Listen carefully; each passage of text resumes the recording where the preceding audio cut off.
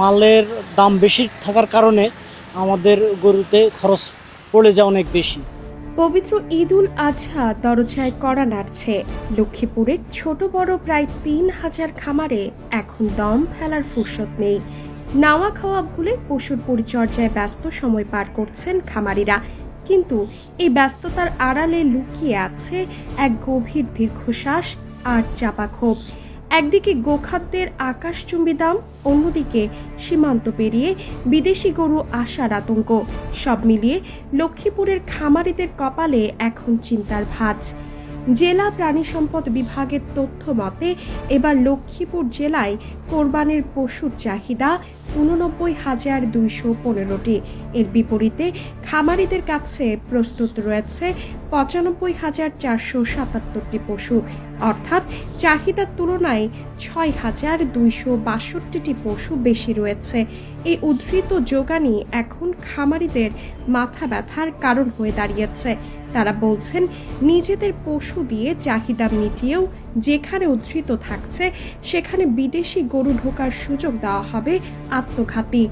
সদর উপজেলার বালাইশপুর সহ বিভিন্ন খামার ঘুরে দেখা গেছে গরুগুলোকে খৈল, ভুসি, ছোলা আর সবুজ ঘাস খাইয়ে প্রাকৃতিক উপায়ে বড় করা হচ্ছে।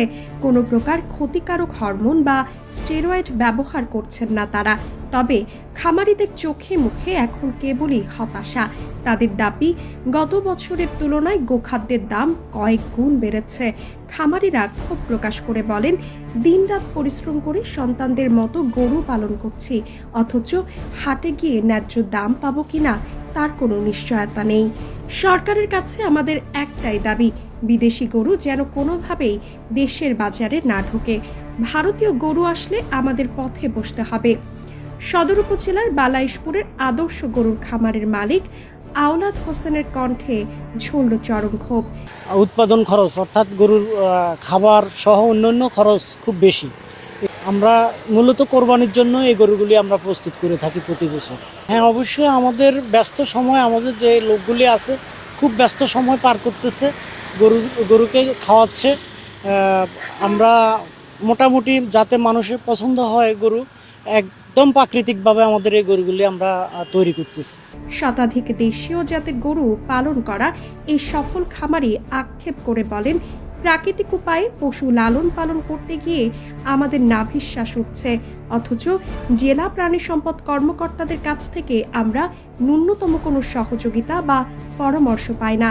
কোরবানির আগ মুহূর্তে গরুর বাড়তি যত্ন আর চিকিৎসা আমাদের নিজেদের সামর্থ্যে করতে হচ্ছে।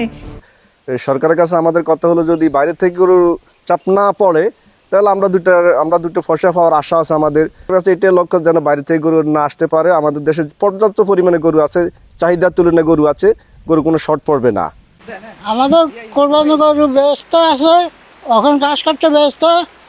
মোটামুটি সারাদিনে 120টা গরু ঘাস কাটতে হয়, তার জন্য সমস্যা।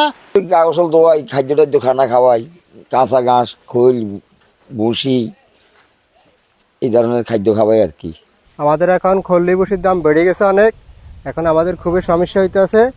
আমরা এখন গরু মোটা তাজা করতে সমস্যা হয়। খামারিদের এই অভিযোগ মাঠ পর্যায়ে প্রাণী সম্পদ বিভাগের তদারকি নিয়ে বড় প্রশ্ন তুলে দিয়েছে।